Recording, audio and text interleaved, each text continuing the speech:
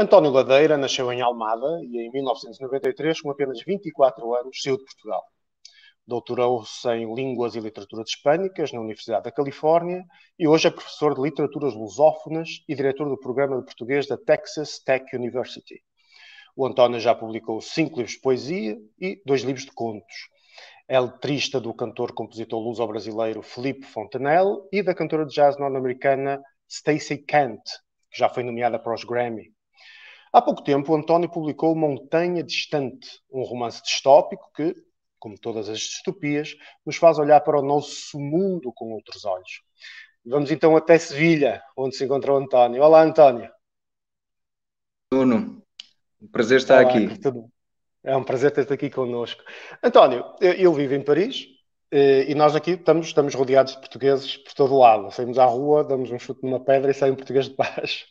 No Texas, onde vive e trabalha, calculo que a maior parte das vezes é o único português num raio grande de quilómetros. Como é que É, é esta aventura? É verdade isso, não é? é verdade, é absolutamente verdade, sobretudo na parte do Texas onde eu vivo, sim.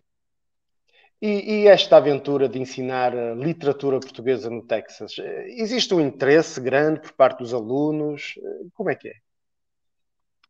Bom, eu neste tipo de trabalho onde eu estou, que é ensinar português e literatura portuguesa nos Estados Unidos, nós partimos sempre do princípio de que o interesse pode não existir a priori, mas temos, se não existir, temos de o causar, não é? Temos de provocar o interesse. E é o que eu tenho feito no Texas. Portanto, o interesse é relativamente fácil de irmos ao encontro desse interesse se estivermos num lugar de imigrantes, onde haja tradições portuguesas e comunidades de imigrantes, como foi o caso, porque eu dei aulas em Connecticut. Mas neste caso, no Texas, tem sido de facto uma aventura. Eu no fundo, tenho apresentado o português, não gosto de usar o termo vender, mas entre aspas, é um bocadinho assim, vá lá. Tenho tentado apresentar o português como um parente do espanhol. E nos Estados Unidos, no Texas, há de facto muitos falantes de espanhol que nunca, na maior parte dos casos, não tiveram contacto com o português e passa por aí. Portanto, interessá-los pelo português passa por isso. Passa Passar por lhe pelo apresentar espanhol. uma língua muito parecida, não é? Àquela que eles conhecem. E há uma surpresa, dá-se uma surpresa na maior parte das pessoas muito interessante, porque não foram expostos à língua, não é? Claro. Vamos então falar deste último livro, que é uma distopia, não é? As Sim. pessoas aos poucos, também fruto dos tempos que nós vivemos, vão se calhar acostumando à palavra distopia. António, pelo que fui percebendo, nos Estados Unidos a literatura distópica, especulativa, a própria ficção científica são acolhidos com grande abertura e até grande naturalidade, tanto pelo público como pelos editores, os críticos. Ora, há quem diga que em Portugal isso não acontece, que esse tipo de literatura é demasiadas vezes menorizada, não me apareceu nenhuma palavra, menorizada. Concorda com esta análise? Sim, estou absolutamente de acordo. É verdade que em Portugal há a chamada literatura respeitável, não se usa este rótulo, mas na prática é o que acontece, e é a literatura que ganha prémios. E muitas vezes essa literatura, pelo menos de uma forma explícita, nessa literatura exclui-se, dessa literatura exclui-se aquela outra que é mais claramente ou mais declaradamente o que em inglês se chamaria de genre, ou seja, literatura mais próxima do que convencionalmente se chama a ficção científica ou a distopia, etc. Por outro lado, é curioso que, de uma forma mais disfarçada, o próprio Saramago, que é uma figura de proa e uma figura da literatura permeável, um autor que eu respeito bastante, tem uma outra obra que se pode considerar ficção científica. Por exemplo, o ensaio sobre a cegueira. Isso Há é quem uma diga distopia, basicamente, não é? que é uma distopia e há quem diga que pode entrar na ficção científica.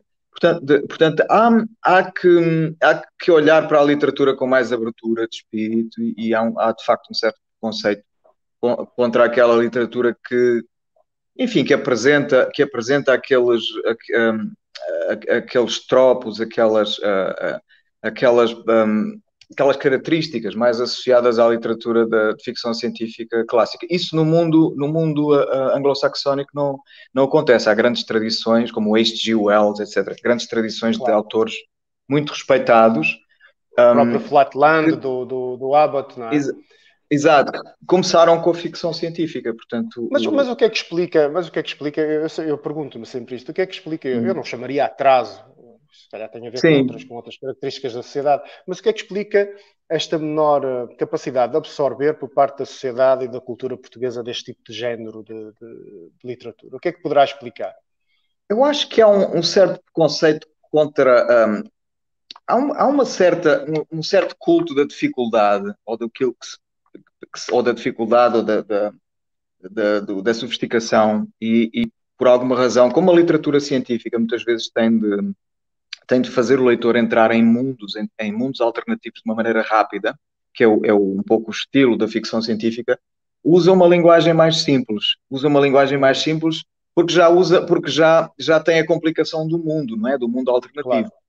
Então, isso leva a que as pessoas a coloquem no lado da literatura menos séria, como o policial, como a literatura para crianças, etc. Portanto, é um pouco o culto do.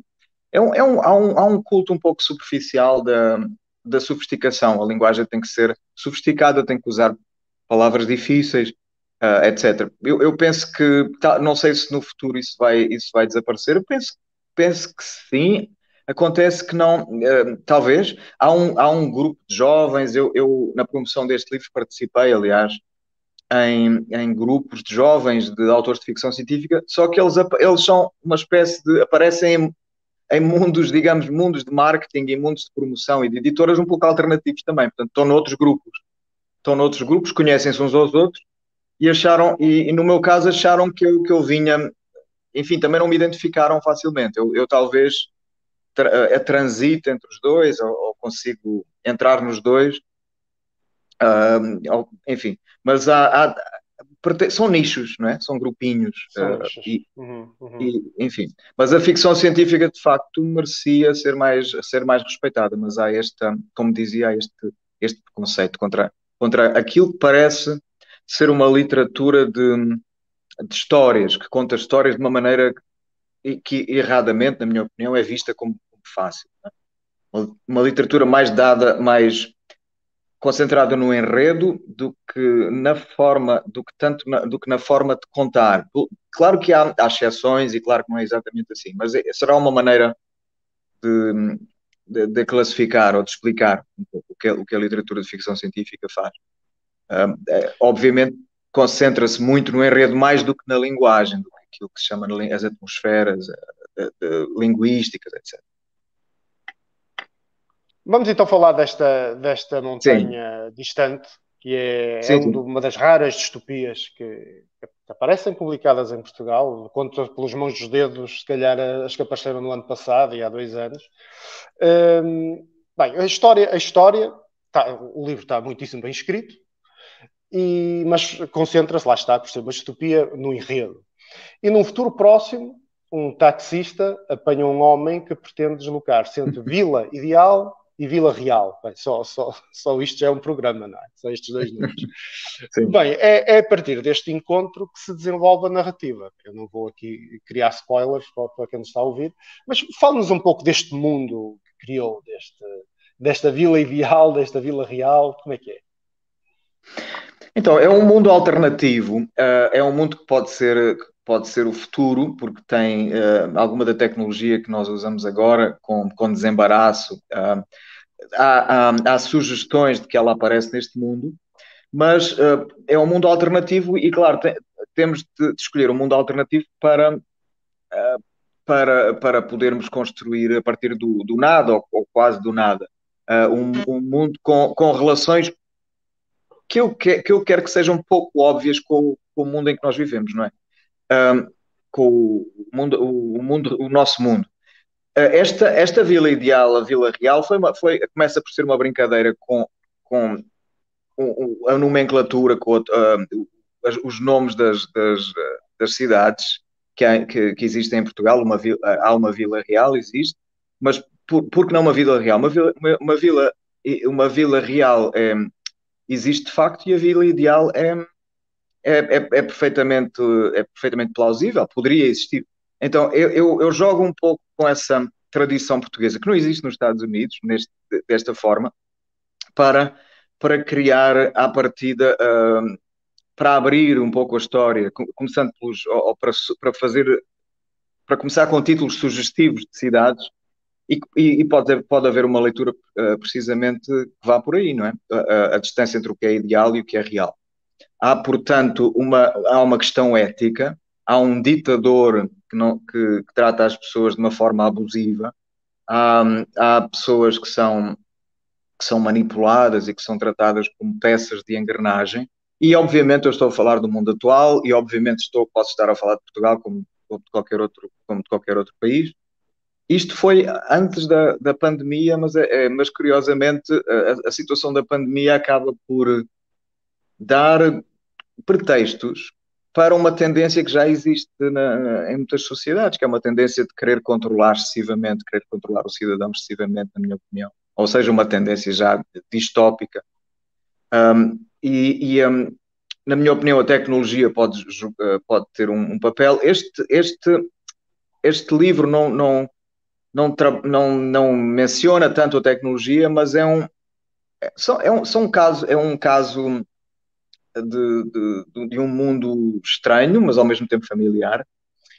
Quando Não? falas em tecnologias, estamos a incluir as redes sociais, por exemplo, esta nova forma de comunicar, sim? Sim, sim, precisamente essa nova forma de comunicar aparece de uma forma sugerida no livro, mas as relações humanas é o que me interessa, e o que me interessa é como é que se justificam relações humanas que são abusivas, chamando-as uma relação de amizade entre os poderosos e os menos poderosos, ou uma relação de, entre ajuda, quando se pode tratar de manipulação, ou quando se trata claramente de exploração. Como é que se justificam domínios políticos excessivos e abusivos com, uma, com um discurso humanitário até? Portanto, a montanha distante, na montanha distante há um pouco esse discurso que justifica o regime. Os ditadores, os líderes, é que sabem, os líderes fazem para o nosso bem, não é?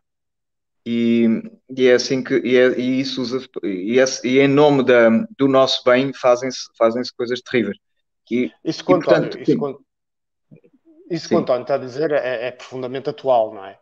Ora, claro, nós sabemos que a arte, não é? Neste caso a literatura, não deve, não pode, nem deve estar condicionada por questões políticas ou ideológicas.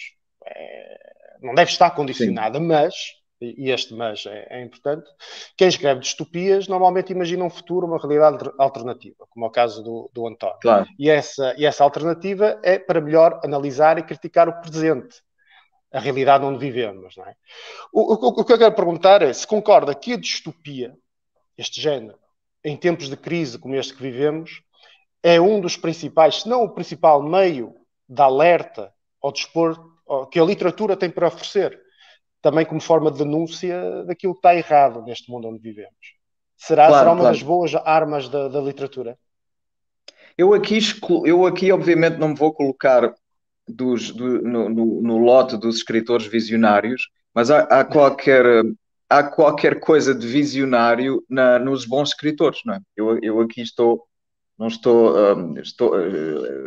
longe de mim estar a colocar-me nesse lote, mas os livros que perduram, os livros que passam de geração para geração, têm qualquer coisa de presciente, de visionário. No fundo, as coisas estão no ar, mas o escritor tem um grau de sensibilidade um pouco, enfim, um pouco mais aguçado, e consegue aperceber-se de tendências que às vezes escapam aos outros. Mas as coisas estão muito, se as procurarmos, como eu dizia, estão no ar, portanto as possibilidades existem, não é? É só preciso observar o que nos rodeia com um pouco de cuidado, sem entrar em teorias da conspiração e sem entrarmos em, em, não, em paranoias, mas há muitas coisas que, por exemplo, Orwell, não é? Há muitas coisas Claro. que o Orwell apareceu com aquele mundo, não foi do nada, portanto, apareceu com aquele mundo porque havia indícios, havia sugestões de que, de facto, o ser humano poderia encaminhar-se para aí. Portanto, por outras palavras, às vezes perguntam-me isso, tu tens uma grande desconfiança em relação à tecnologia? Eu tenho um pouco, eu tento evitar. Aliás, nós tivemos por minha culpa, tivemos algumas dificuldades técnicas e a culpa foi toda minha porque estou pouco familiarizado com a tecnologia por opção. Mas as pessoas dizem-me, então, o que é que tu tens contra a tecnologia? Porque é que usas o telefone pouco ou porque é que evitas usar? E a questão é mais, não é da tecnologia que eu tenho medo, as pessoas é que são pouco éticas e a tecnologia não Claro. existe sem as pessoas, não é?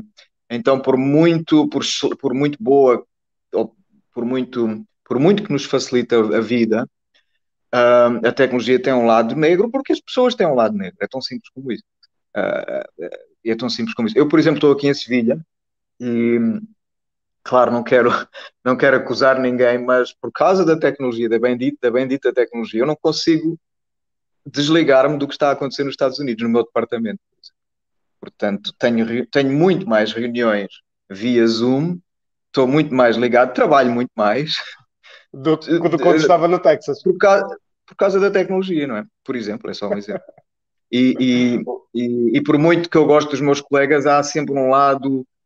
Os seres humanos têm um bocadinho de tendência para verem os seus problemas e não verem os dos outros. Há um certo egoísmo. Apetece-me ligar a esta pessoa que está lá em Sevilha, sei lá, a passear, não é? É o que eles pensam. E pronto. Enfim, como é possível utilizar a tecnologia, do uso ao abuso é um pequeno passo. É basicamente o que eu quero dizer. Ok, António, obrigado. Chegamos ao fim. Agora podem continuar a passear por Sevilha. Não é? Bem, o romance Montanha Distante, editado pela editora Onivá, um nome bem francês, pode ser comprado nas livrarias luso-brasileiras de França, ou se preferir, na internet. Se preferir ainda, este livro pode ser requisitado na biblioteca da Fundação Carlos Gulbenkian, em Paris. Obrigado e não se esqueça que ler é o melhor remédio. Obrigado.